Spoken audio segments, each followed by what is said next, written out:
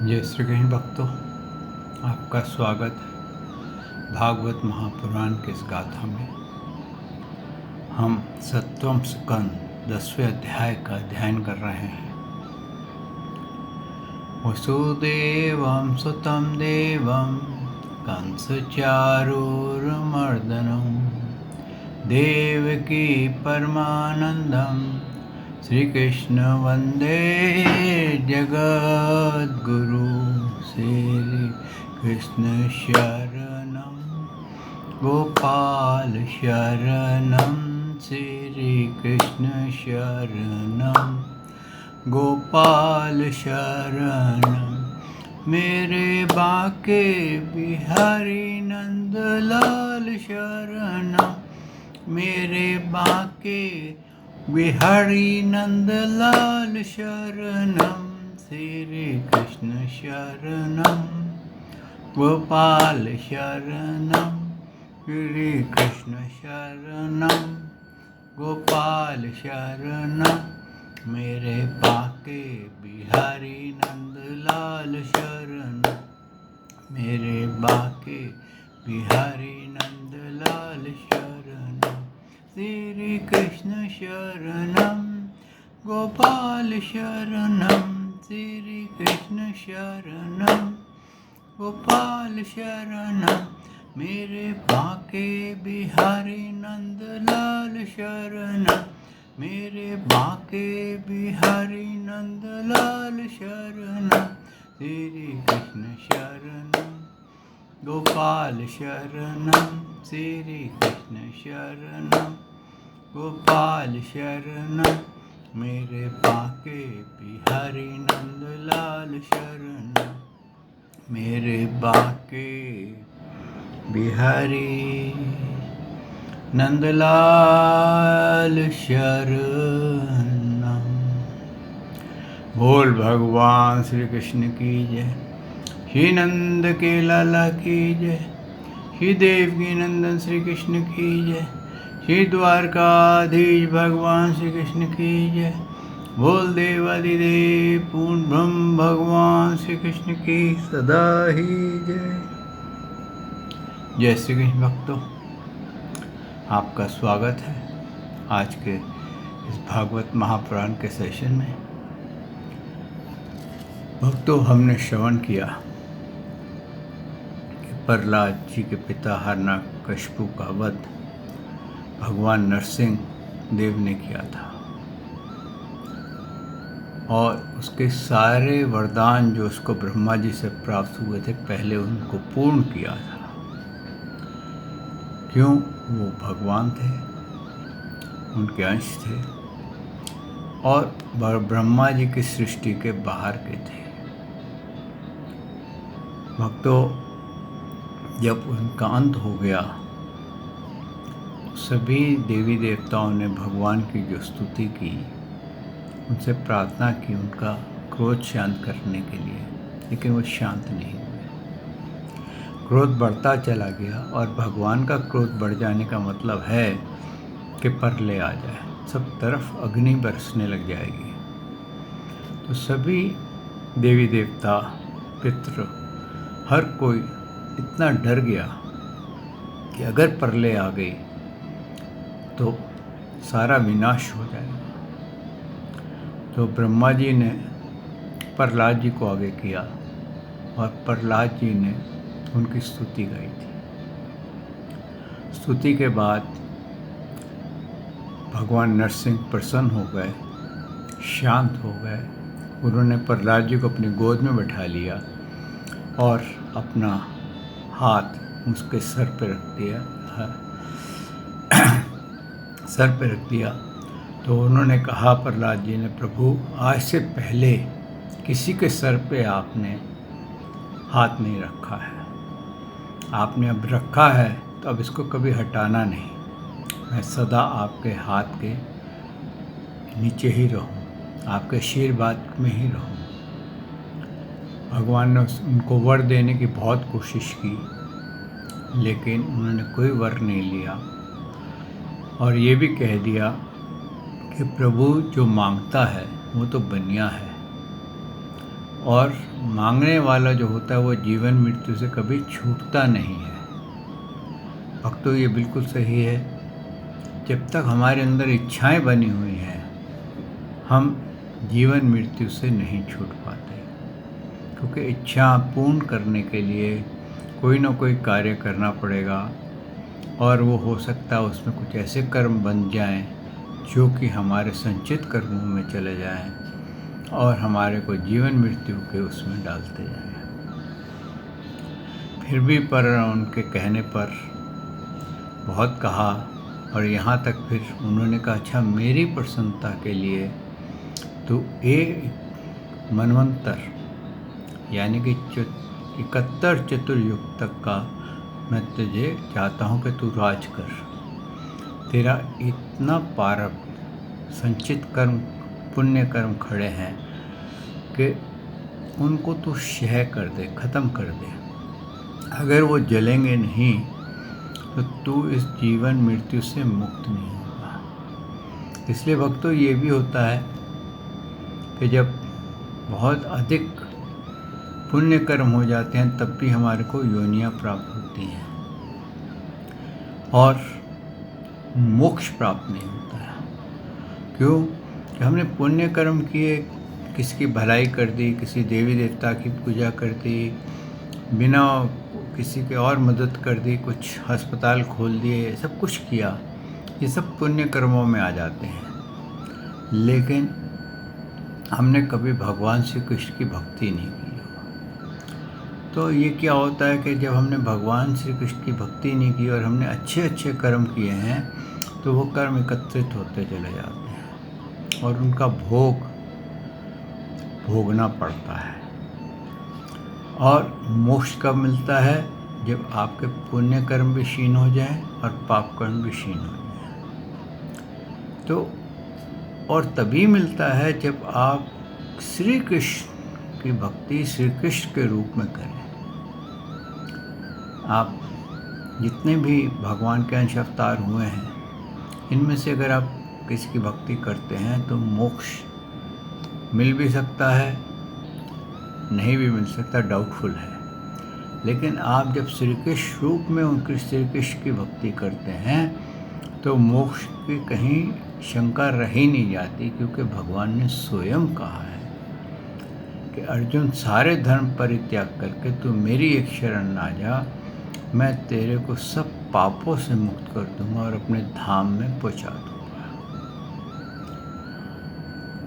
और किसी ने ये नहीं कहा कि मैं भगवान हूँ। आप कोई भी शास्त्र उठा लीजिए, उसमें ये नहीं कहा कि मैं भगवान हूँ, ये सब मेरे अंडर है। सिर्फ एक गीता शास्त्र आपको ऐसा मिलेगा जहाँ पर भगवान ने ये वचन दिया है या ये वचन बोला है कि मेरे अतिरिक्त और कोई दूसरा ईश्वर नहीं है। भक्तों, इसके बाद उन्होंने प्रहलाद जी ने भगवान से कहा कि आपने मेरे पिता हिरण्यकशिपु को मारा है और ये पापी था, मैं जानता हूँ, क्योंकि इसको ये द्वेष था कि विष्णु जी ने कपट से मेरे भाई को मार दिया और इसलिए इसके दिल में एक बहुत फांस लगी हुई थी, जिसके कारण ये हर भगवान से के भक्त का वैरी हो गया था। जो कोई भी विष्णु जी का नाम ले या भगवान श्री कृष्ण को विष्णु बोले, उसका ये वैरी हो गया था, क्योंकि इसको ये पता नहीं था कि ब्रह्मा जी से भी ऊपर कोई है। इसको क्या लगता था कि ब्रह्मा जी की ही सारी सृष्टि है। आप कृपा करके इनको नरक में मत डालिए। तो उन्होंने ये भी कहा कि अगर इनकी 21 पीढ़ियाँ होती, यानी कि 21 पीढ़ियों के पितृ होते तो वो भी तर जाते, और आने वाली 21 पीढ़ियाँ भी तर जाएंगी। तेरा इतनी बड़ी भक्ति है कि जिसके अंदर मैं आ गया हूँ, और तेरी 21 पीढ़ियाँ भी तर जाएंगी। यानी कि वो मोक्ष तो नहीं उन्होंने दिया, लेकिन ये कहा कि तर जाएंगी मतलब उच्च लोकों में चली जाएंगी। अगर वो नीचे गिर भी रहे होंगे तो भी वो उच्च लोकों में चले जाएंगे। और प्रहलाद को ब्रह्मा जी से कह कर के उन्होंने उनको राज सिंहासन पे बैठा दिया था। इस बीच में नरसिंह भगवान ने ब्रह्मा जी को बोला कि देखो, तुम देवता होकर के ऐसे वर देने लग जाते हो, पहले आदमी को देख लिया करो कि तुम्हारे से जो वर मांगने वाला है वो कौन है। तो ब्रह्मा जी ने ये कहा कि हम तो काल के और कर्म के अधीन है।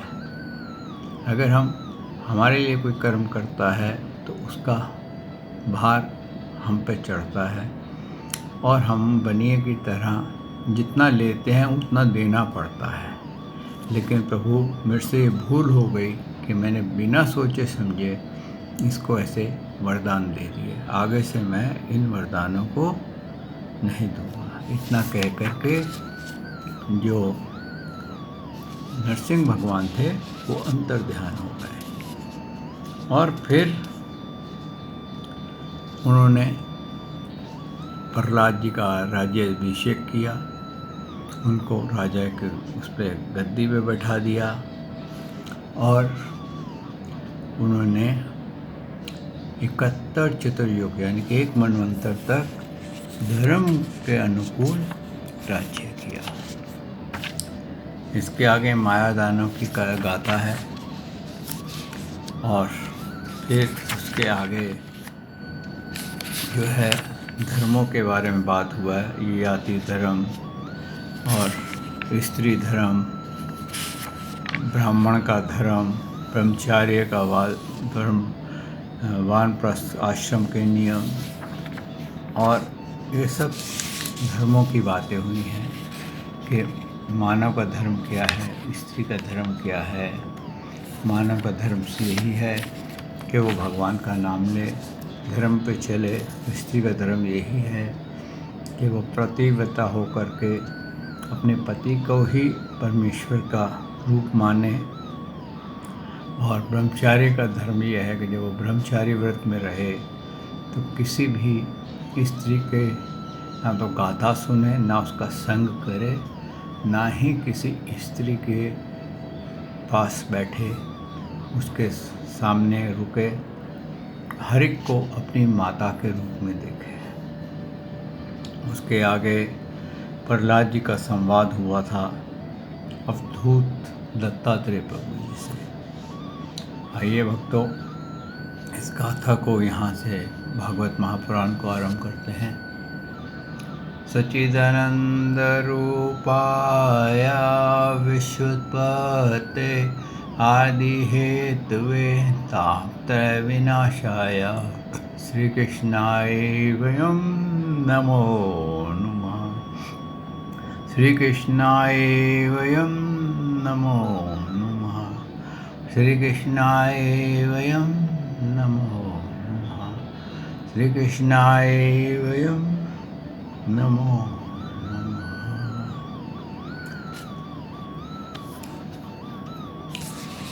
कहते हैं एक बार भगवान के परम प्रेमी प्रहलाद जी कुछ मंत्रियों के साथ लोगों की हृदय की बात जानने की इच्छा से लोकों में विचर कर रहे थे।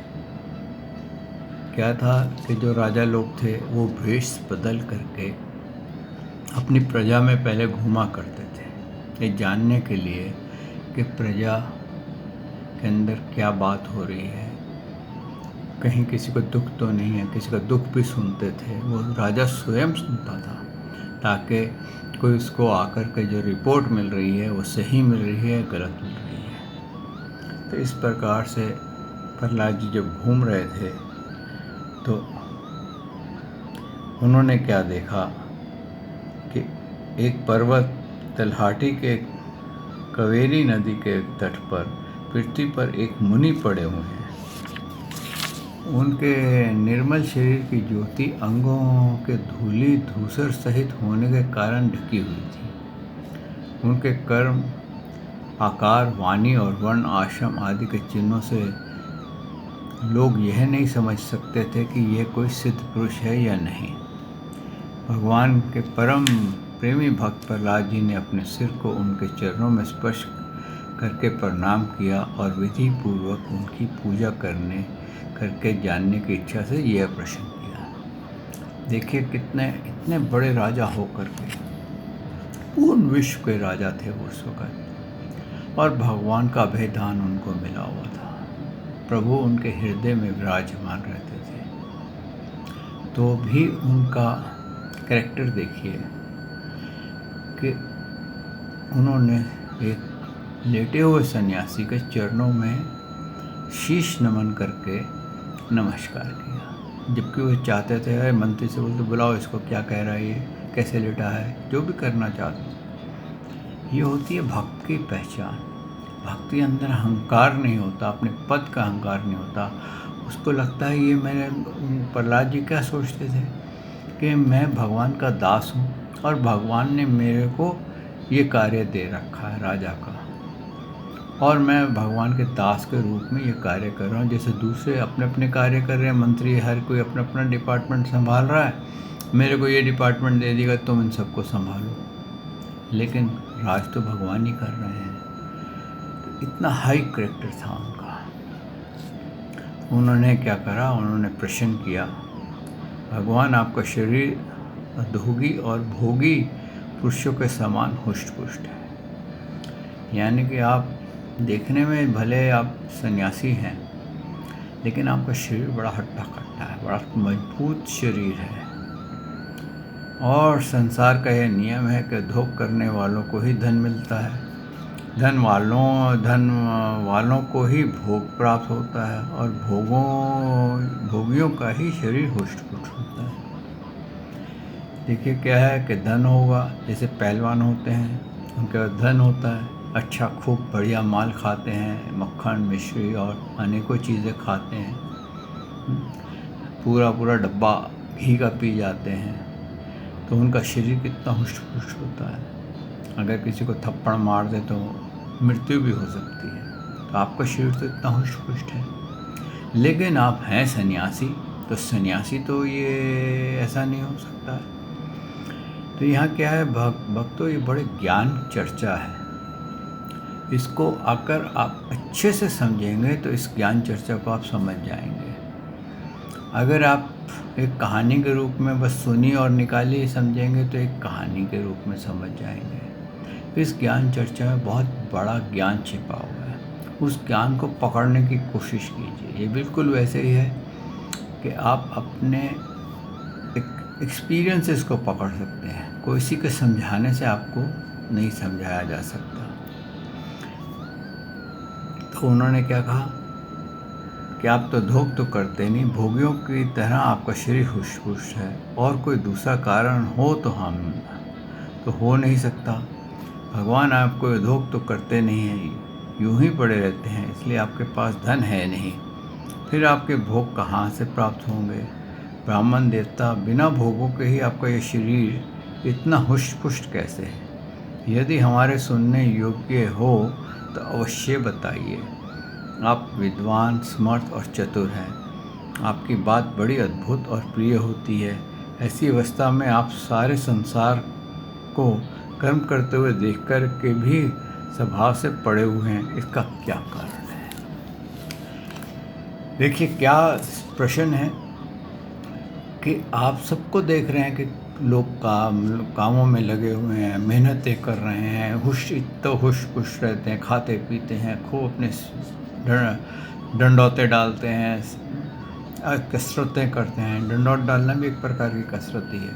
कसरत करते हैं, अपने शरीर का बड़ा ख्याल रखते हैं, लेकिन आप तो ऐसा कुछ भी नहीं करते, फिर भी आपका शरीर इतना स्वस्थ, इतना सुंदर, इतना बढ़िया कैसे है, इतना वो क्या है? तो आगे उन्होंने दत्तात्रेय प्रभु जी ने कहा, दैत्यराज, सभी श्रेष्ठ पुरुष तुम्हारा सम्मान करते हैं। मनुष्यों को कर्मों की प्रवृत्ति और उनकी निवृत्ति का क्या फल मिलता है, यह बात तुम अपनी ज्ञान दृष्टि से जानते हो। क्या है कि मनुष्यों को अपने कर्मों का जो फल मिलता है, जब वो कर्म करते हैं तो, या कर्म से निवृत्त होते हैं तो क्या उसका फल मिलता है, ये तुम जानते हो। क्योंकि तुमने जो कर्म किए हैं, तुम्हारे को एक मनवंतर का राज मिला है, अब तुम उसको निवृत्ति की तरफ जा रहे हो, फलों को समाप्त कर रहे हो, तो तुम्हें मोक्ष की तरफ जाना है।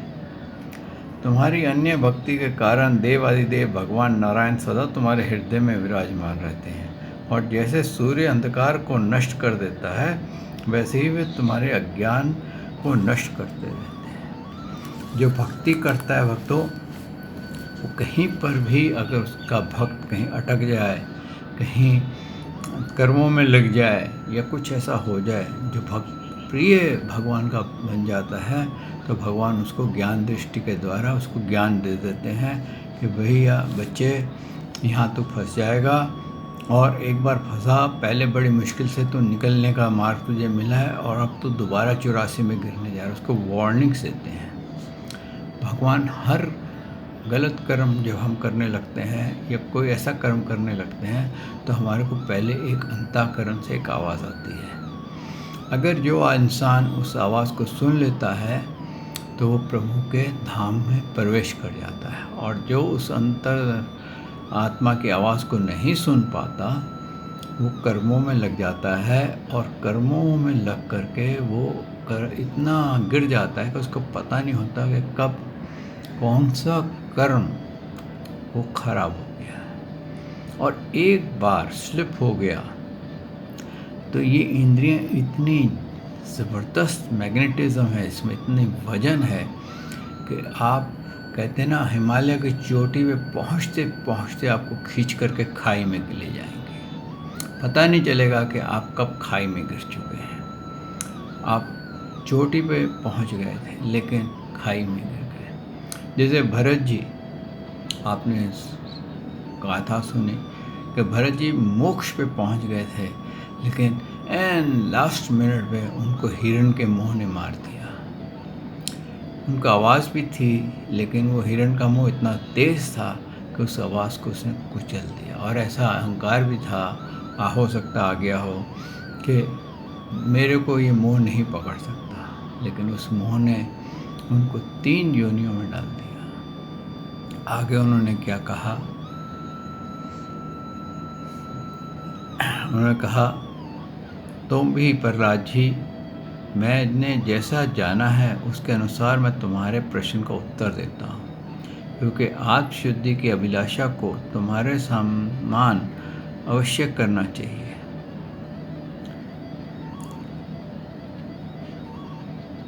प्रहलाद जी, तृष्णा एक ऐसी वस्तु है जो इच्छा के अनुसार भोगों को प्राप्त होने पर भी पूरी नहीं होती। ये एक सबसे बड़ी जो हमारे अंदर वीकनेस है, वो तृष्णा है। ये क्या कहते हैं कि भोग अगर हमारे को प्राप्त हो जाए तो भी वो पूरी नहीं होती, उसको दोबारा दोबारा भोगने में बढ़ती चली जाती है। जैसे कि आप देखते हैं कई लोग धन के पागल हो जाते हैं, कई जुए में पागल हो जाते हैं, अंधे हो जाते हैं, कई भोगों में जुटे रहते हैं, इतनी बड़ी तृष्णा हो जाती है।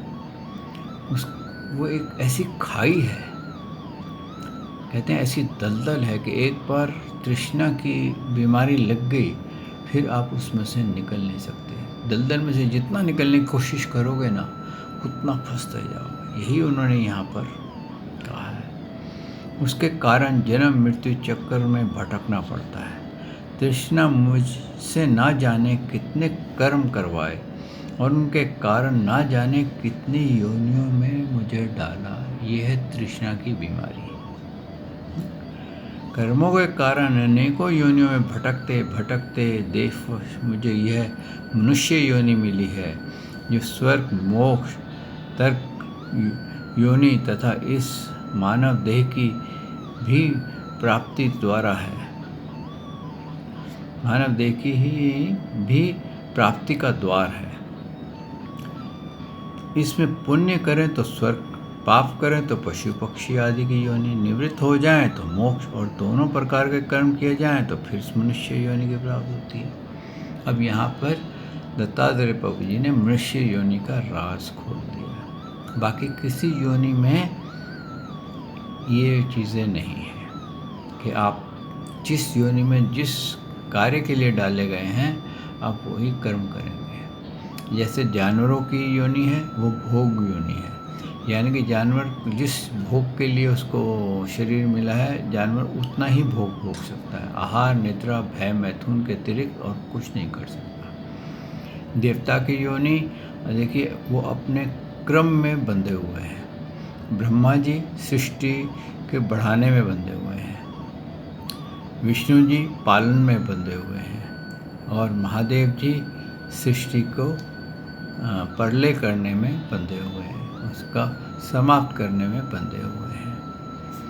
तो यहाँ पर क्या है, हर कोई अपने अपने क्रम में बंधा हुआ है, और हर एक देवी देवता, जितने भी देवी देवता हैं, अपने क्रम में है, और वो अपनी ही क्रम की ही आपको वरदान दे सकते हैं। ब्रह्मा जी विष्णु जी का वरदान नहीं दे सकते, विष्णु जी ब्रह्मा जी का वरदान नहीं दे सकते, महादेव विष्णु का वरदान नहीं दे सकते, ना ही महादेव ब्रह्मा जी का वरदान दे सकते हैं। जो उनके अधिकार में है, सिर्फ वही वो वरदान दे सकते हैं, और हर एक के अधिकार अलग अलग हैं। आप एक मनुष्य योनि ही ऐसी है जिसके अंदर अगर आप, यहाँ पर क्लियर किया है उन्होंने, अगर आप अच्छे कर्म करें तो आपको उच्च लोक मिलते हैं, यानी कि स्वर्ग मिलते हैं, और अगर आप पाप कर्म करें, दूषित कर्म करें, तो आपको पशु पक्षी की योनि मिलती है, नरकों की योनि मिलती है। और अगर आप निवृत्त हो जाएं, यानी कि निष्काम कर्म कर रहे हैं और दोनों प्रकार के कर्म किए जा रहे हैं और मनुष्य योनि की निवृत्त हो जाते हैं, यानी कि आप निष्काम कर्म कर रहे हैं, तो आपको मोक्ष मिल जाता है। लेकिन अगर आपका बैलेंस अकाउंट हो जाता है, यानी कि पापों का भी और पुण्यों का बैलेंस हो गया, 50-50 हो गया, या 60-40 हो गया, जो भी हो गया, अब इससे कम नहीं होना चाहिए, यानी कि पुण्य अगर आपके 60 हो गए, तो मनुष्य के में भी, जैसे कहते हैं, रईसों की योनि मिल जाएगी। और अगर आपके रिवर्स 60-40 हो गया, तो आपको गरीब आदमी की योनि मिल जाएगी। हो सकता है वो योनि में आप और बुरे कर्म करें अमीर बनने के लिए, आप और ख़त्म अपने आप को समाप्त कर दें। और अगर आप निष्काम कर्म कर गए, तो आपको इसी मानव देह से ही मोक्ष की प्राप्ति होती है। आगे क्या कहा है, परंतु मैं देखता हूँ कि संसार में स्त्री पुरुष कर्म तो करते हैं सुख की प्राप्ति और दुख की निवृत्ति के लिए, किंतु उसका फल उल्टा होता है, वे और भी दुखों में पड़ जाते हैं। इसीलिए मैं कर्म से उपरक्त हो गया।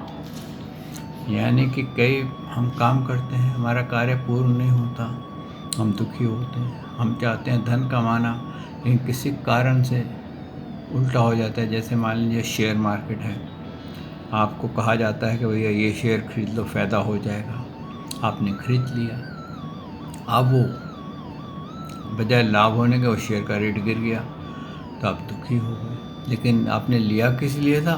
सुखी होने के लिए।